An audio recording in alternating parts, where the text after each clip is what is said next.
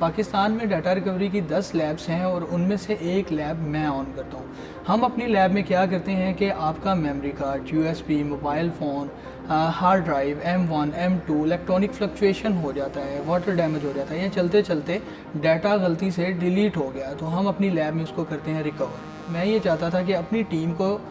बढ़ा सकूं और इसी के साथ डाटा रिकवरी के जो और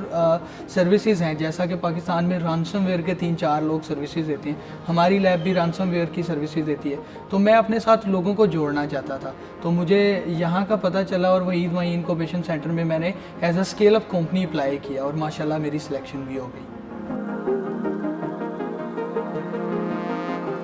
तो यहाँ पे वहीद वाई इनक्यूबेशन सेंटर में हम बता दिया करते थे कि अब हमें फाइनेंशियल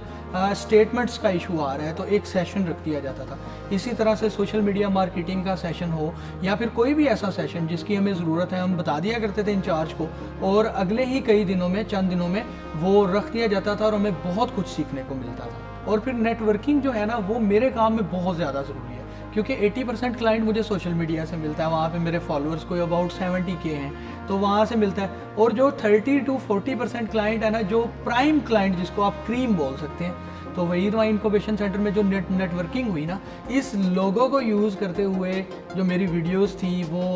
आगे स्प्रेड हुई। तो लोगों के साथ मिलना, यूनिवर्सिटी ऑफ सरगोदा के अंदर स्टूडेंट्स और स्टाफ का मेरे ऊपर एक ट्रस्ट का बिल्ट होना कि वहीद वाई इनक्यूबेशन सेंटर का एक स्टैंप लगी हुई है, एक लोगो लगा हुआ है, तो ये बहुत बड़ी सपोर्ट थी।